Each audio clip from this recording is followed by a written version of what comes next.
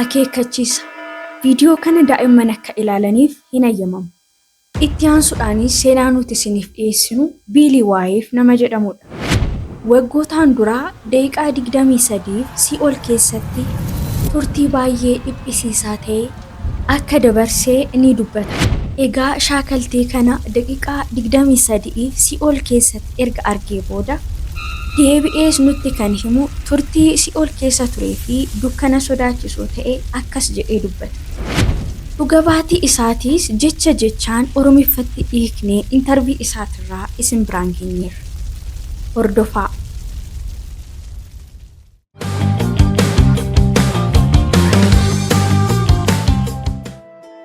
Sadaasa 23 1998 irratti jireenya koo guutuu kan jijjiiretu muudannoon tokko jireenya koo irratti uumame.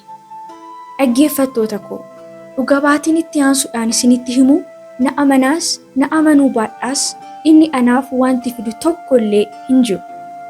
Isarrayyuu macaafni qulqulluun sagaleen Waaqayyoo maal akka jedhu, waa'ee Si'ool maal akka jedhu ofii keessanii akka qorattanii fi bira geessan garuu nan barbaada. Seenaan amma isinitti himu kun du'ee yookiin karaa biraatiin Si'ool daawwadheen miti. Garuu macaafa qulqulluu keenya irratti mul'ata akka jedhu bifa mul'ataatiin gara Si'ool fudhatameen waan kana arge. Macaafa qulqulluu keenya irratti Qorontos lammaffaa boqonnaa 12 lakkoofsa 2 irratti namni kiristaanni tokko waggaa 14 dura bantii Waaqaa keessaa gara tarree isa sadaffaatti akka ol butame nan beeka. Namummaa isa fooniitti ol butame yookiis namummaa isa hafuuraatti ol butame isa Waaqayyootu beeka malee ani hin beeku jedha. Anis akkasumatti namummaa koo keessaa bahuudhaan shaakaltii mul'ataan ta'uutu na qunname. Seenichis kan raawwate akkanatti. Ani fi haati manaan koo yeroo hunda sanbata galgala kadhannaadhaaf gara iddoo tokkoo ni deemna ture. Egaa gaaf tokko barteedhuma keenya yeroo hundaa kadhannaa sanbata galgalaatii deebinee gara mana keenyaa dhufnee siree keenyarras hin rafne. Kana yeroon isinitti himu garuu homaa yaada Si'oolii hin qabuun ture. Fiilmii nama sodaachisus hin ilaalle, qoricha nama macheechuus hin fayyadamne. Kanaan dura mul'atayyuu argee hin beekun ture. Garuu halkan keessaa sa'aatii 9tti bishaan dhuguudhaaf nan ka'e. Gara saalooniis nan deeme. Utuun deemaa jiruun tasa kufee of arge. Qaama koo keessaas lubbuun koo baatee gara iddoo baay'ee allayyaa ta'ee fi fageenyi isaas gara bira ga'uu hin danda'amneetti sokkuun jalqabe. Kanan itti kufees boolla yookaan hallayyaa gadi fageenyi isaa hin dhumne ture. Egaa boolli kunis turee ho'aa deeme. Egaa dhumarrattis kanan boqodhee dhagaa ta'ee garuu bifti isaa lafa daaraa fakkaaturra ture. Iddoon sun mana hidhaa Si'oolii keessaati. Manni hidhaa kunis maal wajjinuu wal madaaluu kan hin dandeenye iddoo baay'ee jibbisiisaatu. Dallaa dhagaatiin axiramaniiru. Xurii fi foolii baay'ee jibbisiisaa qabu. Baay'ee kan o'ee fi baay'ee jibbisiisaa isa ta'e lafa onaa gurraacha keessatti akka nama gatamee natti dhagahame. Itti aansuudhaan garuu gaafiin koo tokko ture. Guutummaa guutuunis dammaqinaa nan ture. Laphee kootinis maaliifan iddoo kana dhufee jechuun jalqabe. Maaliif akkamittan iddoo kana dhufuu danda'e? Ol jedhees yeroon ilaalu hafuuronni hamoonni lama kan baay'ee nama dhiphisanii fi nama sodaachisan fuuldura koo dhaabataniiru. Hafuuronni hamoonni kun gogaa irratti gogaa darrabatanii waan jiran kan fakkaatanii fi bifa naacha fakkaatus qabu turan. Qola gogaa fakkaatu kan qabanii fi uumama baay'ee sodaachisoo turan. Dhaabbanni isaaniis baay'ee gurguddaadha. Egaa hafuuronni hamoonni kun mana hidhaa kanarra walii gadi fiigaa turan. Egaa hafuurota hamoota kana kanan itti adda baasuu danda'e wanti adda ta'e tokko Waaqayyoodhaaf jibba baay'ee hamaa ta'e qabuu turan. Mana hidhaa sana irratti abaarsaa fi Waaqayyoon arrabsuudhaan deddeebi'aa turan. Wanti ajaa'ibu garuu jibbuma isaanii kana lola Waaqayyo irratti qaban sana tokkummaadhaan gara kootti garagalchan. Maarree lamaan isaanii keessaa inni tokko na kaasee ariitii ajaa'ibuun na darbee girgiddaatti na buuse. Battaluma sanatti lafeewwan koo utuu caccabanii fi utuu bullaa'anii natti dhagahame. Yeruma sanas lafatti nan kufe. Amma hafuuraan yoon ta'eyyuu qaamni koos lafee qabaachuu yoo baateyyuu garuu cabni lafee koo sun natti beekamaa fi natti dhagahamaa ture. Hundumarraa garuu wanti na ajaa'ibe darbamuun akkasii kun narratti raawwatee akkamittiinan lubbuudhaan itti fufee isa jedhuun yaade. Garuu tokkoon isaa natti dhagahamaa ture. Haaluma kana keessatti hafuurri biraa inni biraa immoo aariidhaan harka isaa laphee koo keessa kaa'ee akka nama qotee baasutti foon koo kukkutee baase. Ammas utuu kun narratti raawwachaa jiruu jireenyaan itti fufuun koo baay'ee na ajaa'ibsiise. Akkamittan itti fufuu danda'e? Battaluma sanattis seenaan Luqaas boqonnaa 16 irra jiru naaf dhufe. Namichi sooressi sun Sii'ool keessa taa'ee bishaan akka dhoobate arrabaa fi qaama biraas akka qabu nan yaade. Wanti na ajaa'ibe garuu qaama koo keessatti mallattoon dhangala'uu dhiigaa dhabamuu isaati. Akkamitti dhiiga qabaachuu akkan dhabe baay'ee na ajaa'ibsiise. Leewwota boqonnaa 17 lakkoofsa 11 irratti lubbuun nama tokkoo kan jiru dhiiga isaa irratti jedhee dubbata. Kana jechuunis anaaf kan dubbatu Sii'ool keessatti jireenyi kamiyyuu akka hin jirredha. Battaluma sanattis kanaaf akka ta'e nan beeke. Sii'ool keessa waanan tureefis qaama koo keessa dhiigni hin jiru ture. Jiraataas hin turre. Wanti biraa wanti baay'ee hammaatu immoo Sii'ool keessatti xabiin bishaaniitirree dhabamuu isaati. Hafuuronni hamoonni kun immoo gara laafinaa fi araara tokkoyyuu hin qaban. Nuuf immoo jibba baay'ee hamaa ta'e qabu turan. Sana boodaas dukkanni baay'ee cimaan in ta'e. Firoota koo kana yeroon isinitti himu sirritti naa hubadhaa.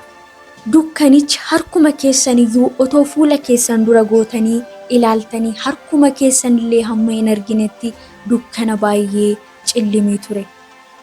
Battaluma sanas immoo mana hidhaa san keessaa fudhatameen gara iddoo biraatti gatame. Iddoon kunis iddoo duraatirraa kiiloomeetira 2 kan fagaatu ture. Iddoon kunis ibidda baay'ee nama sodaachisuu fi gara olii kan labubu kan baay'ee nama gubu kan boba'aa ture. Boolla ibiddaa kana keessatti yeroo jalqabaatefan dhala namaa arge. Namoonni hedduun kumaatamaan lakkaa'aman baay'ee iyyaa gubachaa turan. Namoonni yeroo ibiddaan gubatan ilaaluun kan baay'ee namatti ulfaatu ture. Hundumtuu ekeraa fi lafee fakkaatu.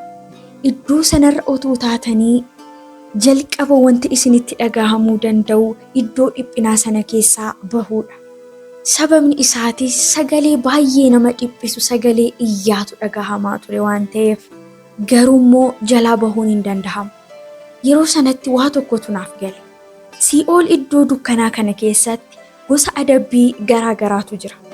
Hammam garaagarummaa yoo qabaataniyyuu hundi isaaniitu kan baay'ee nama dhiphisanii fi nama sodaachisanidha. Inni tokkos isa kaanirra wayya jechuun hin danda'amu. Iddoon Sii'ool keessa jiru tokkoyyuu kuni fooyya'aadha kan jedhamu hin jiru. Hamaa nuti yaaduu dandeenyu hundarraa hamaan hammaatu hundi iddoo san jira ture. Sa'aatii sanitti nama tokko wajjin illee haasa'uudhaaf dharree hin ture. Garuu immoo gonkumaa hin danda'amu. Bara baraan adabbii keessan kophaa keessan akka fudhatan taasifamtu. Gonkumayyuu namoota waliin walitti dhiyaachuun hin danda'amu ture. Anis sa'aatii sanitti haadha manaa koo ishee lafarra turte nan yaadadhe. Achumaan lapheen koo waan tokkoon hin cabe. Yoomillee nagaatti ishiidhaan jechuuf irree akkan ishiin argane natti dhagahama. Kuni qofti isaatuu adabbii hagam ulfaataa akka ta'e yaaduun isinitti ulfaata.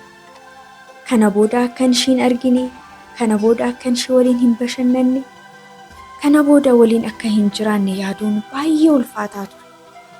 Haala maal fakkaatu keessatti dhiphachaa akkan jiruyyuu isheen hin beektu. Argitanii Du'a jechuun badanii hafuu miti. Du'a jechuun Waaqayyoorraa adda ba'uudha. Kanaafuu iddoo ta'e ni teessu. Garuu immoo namni Waaqayyoorraa adda ba'ee iddoo baay'ee jibbisiisaa fi sodaachisaa ta'e kanatti of argata. Isinitti himuu kanan danda'uun olitti haadha manaa koo yeroo sanatti baay'ee yaadeen ture. Fooliin Si'ool keessa ture kanan isinitti himuu danda'uun olitti foolii baay'ee jibbisiisaa fi aja'aa ture. Hammam wanti xuraa'e utuu banamee hamma Si'ool ruubii isaatiiyyuu hin ajaa'u. Hafuuronni hamoonni illee gara namaa yeroo dhiyaatanitti foolii baay'ee jibbisiisaa ta'ee fi aja'atu isaan keessaa ba'aa ture. Akka dinyii gubateetis in ajaa'oo turan. Si'ool keessatti hirriba kan jedhamu hin yaadamu. Baay'ee dadhabdanii boqonnaas barbaaddanii rafuu kan jedhamu garuu waan yaadamu miti. Baay'ee beeloftaniirtu garuu nyaachuu hin dandeessan. Baay'ee bishaan dhoobachuutu jira. Garuu xabiin bishaanii tokkoyyuu Si'ool keessatti gatii guddaa qabdi. Isumayyuu qabbaneeffachuudhaaf kan ta'u argachuun hin danda'amu. Si'oolitti sadarkaan sodaa isin qunnamuu danda'u yaaduu kan dandeessanii olitti ulfaataadha. Kana yoon isiniin jedhu lafarra yeroon jirutti waa'ee sodaa xiqqoo nan beeka ture. Waggootaan duraa qurxummii baay'ee guddaa bishaan keessa deemuun balaan narra gahee beeka. Miila koo qabee gara bishaanitti harkisee na galchee beeka. Sodaa koo sana nan yaadadha. Garuu sodaan Si'ool keessa ture sodaa koo isa duraa sana gonkumaa akkan hin beeknetti na dagachiiseera. Raammoo fi bofti yoo wal keessa yaa'an nan argaa ture. Akkasumas hafuuronni hamoon gaggabaaboon iddoo hunda irratti walii gadi yeroo fiigan nan arga ture. Kun immoo dhaabbanni isaanii guddaadha. Fuulli isaaniis babbadeera. Jajal'ataa fi boca kan hin qabnedha. Sodaa fi dhiphina kanaan utuun marfamee jiru tasa wanti tokko dukkana sana keessaa ol qabee na kaase. Sana booda baay'ee ifarra kan calaqqisu ifan himuu hin dandeenyeen mul'achuu jalqabe. Yeruma sana wanti tokko naaf gale. Maqaa isaa iyyee waamuun jalqabe. Iyesuus! Battaluma sanatti inni ana jedhee yeroo inni kana dubbatutti of nan wallaalee kufe. Maaltu akkana qunnameyyuu hin beeku ture. Garuu dhufee gateettii koo tuqee yeruma sanas nan dammaqe.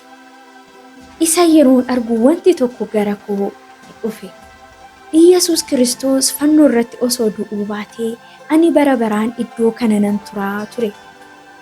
Waa'ee hojii fannoo nan gammade. Baay'ee galateeffachuun jalqabe. Iyesuusiin gaafii biraa gaafachuu hin barbaanne. Cal jedhee waa'ee hojii fannoo galateeffachuun jalqabe. Garuu kana keessatti gara sammuu kootti yaadni dhufuu jalqabe. Iyesuusis yaada sammuu koo irratti dhufuuf deebii deebisuu eegale. Iyesuus yaada 8 kanaa deebii naaf deebise. Deebiiwwan 8 kana keessaa garuu 2 qofan isiniif hira. Yaadni koo inni duraa yaa gooftaa maaliif gara iddoo kanaa iddoo jibbisiisaa kana na fiddee kan jedhu ture. Iyesuus yoo naaf deebisuus akkas jedhe. Namoonni baay'een Si'ool jiraachuu isaa hin amanan. Isaafan as si fide. Warri natti amanan iyyuu harki caaluu hin amanan. Kanaafuu akka dubbattuuf nan barbaadaa nan jedhe. Lammaffaa immoo yaadni gara koo dhufee ture akkamitti abdiin jireenya koo keessaa dhumee jedheen ture. Isa gooftaan sababa godheef qaba. Turtiin Si'oolitti dabarsee kiristaana akkan tureyyuu yaadachuu hin dandeenye. Gooftaan sababni kana godheef namoonni Si'ool keessa jiran guutummaa guututti waan itti dhagahamu akkanatti dhagahamuufi. Argitanii? Xiqqooyyuu osoo kiristaana akkan ta'e natti dhagahamee achi gooftaan akkana baasuu fi isa immoo akkan galateeffadhu miira keessa galuu nan danda'a ture. Gooftaan garuu guutummaadhaan abdii warra hin amaninii akkan dhandhamadhuu fi miira isaaniirraa akkan qooddadhu barbaadee ture. ammas taanaan miirri warra hin amaniniitti dhagahamuu akkanatti dhagahamuu barbaadeera. Abdii dhabuu. Namni bara baraan homaa osoo abdii hin qabaatiin jiraachuun hagam ulfaataa akka ta'e osoo beekuu baattanii nan filadha. Si'oolitti wanti isiniif galu osoo jiraatee iddoo sana yoomiyyuu osoo ta'ee jalaa ba'uu akka hin dandeenyedha. Eenyumtuu si'oolii isaan oolchuu hin danda'u. Si'oolitti kan hammaatu kana ture. Mul'ata kana hunduma booda garuu kanan daawwadhe kun gatii mul'atichaa inni guddaan kan jiru asi. Iyyasuus Kiristoos miira isaa akkan hubadhu xiqqeessee naaf eeyyamee ture. Laphee isaa keessaa badiisa namootaaf gadda isaa akkan hirmaadhu xiqqeessee naaf eeyyameera. Iyyasuus nuu ilmaan namaatiif jaalala baay'ee guddaa qaba. Sodaachisaa iddoo dukkanaa sana booda amanuuf kanan hin dandeenye kan na ajaa'ibsiise yoo jiraate Iyyasuus lubbuun tokkoon gara iddoo sanaa yeroo deemtu gadda guddaatu itti dhagahama ture. Jaalalti gooftaa Iyyasuus Kiristoos yeroo natti dhagahametti baachuu hin dandeenye. Macaafni qulqulluun keenya Efesoon irratti yoo dubbatu beekamtii irra kan darbe jaalala Waaqayyoo jedhee ibsa. Booddeerra kanan hubadhees wanti tokko kanadha. Si'ool baay'ee abdii kutachuu fi sodaachisaa sababni ta'eef jaalalli Waaqayyoo kun Si'ool keessa waan hin jirreef ture. Beektuu kennaa gaarii hundi kan dhufu Waaqayyoo biraayii jedha macaafni qulqulluun Yaaqoob boqonnaa 1:17 irratti. Si'oolitti garuu gaarummaan tokkoyyuu hin jiru. Si'ool jalqabas kan qophaa'ee seexanaa fi ergamoota isaatiif waan tureef. Waaqayyo gaarummaa fi jaalala isa kamiyyuu Si'ool keessatti hin hambisne. Kana namoonni yeroo Iyyasuus Kiristoos dhabanitti gara iddoo seexanaaf qophaa'ee kanatti galaa kan turan. Adaraa keessan na dhaggeeffadhaa. Tarii Si'ool argitanii hin beektan ta'uu danda'a. Ani garuu isinittan hima. Daqiiqaa tokkoof illee gonkumaa Si'ool arguun isiniif hin ta'u. Garuu waan tokko baraa. Erga duutanii booda sakondii tokkoof illee filannoo kana murteessuu hin dandeessan. Tarii gooftaa Iyyasuus Kiristoos otoo hin beekin jiraachaa jirtu yoo ta'e filannoo yeroo qabdan kanatti murtee keessan murteessaa. Waaqayyo waan nu jaalatuuf hunda keenyaaf bilisaan heeyyama filannoo nuuf kenneera. Yookaan jireenya yookaan immoo du'a filachuun ni dandeenya. Maaloo ofii keessanii macaafa qoradhaatii dhugaa baraatii iddoo kana yoomiyyuu akka hin argine ta'a. Maaliyyuu yoo isin kaffalchiise gara iddoo sanaa hin deemina. Tarii viidiyoo kana ilaaltanii gooftaa Iyyasuus Kiristoos akka fayyisaa lubbuu keessanitti fudhachuuf kan murteessitan hundi yookaan jireenya cubbuu keessa kan deddeebitan lammaffaa gara gooftaa nan deebi'a jettanii kan murteessitan kadhannaa kana ana booddee kadhachuudhaan lammaffaa akka dhalattanii fi gooftaa Iyyasuus Kiristoos akka fudhattan isin nan gaafadha. Kadhannaan kadhadhu kana isinis amantiidhaan ana booda irra deebi'aa kadhadhaa. Yaa Waaqayyoo, maqaa Iyyasuus Kiristoosiin gara kee nan dhufa.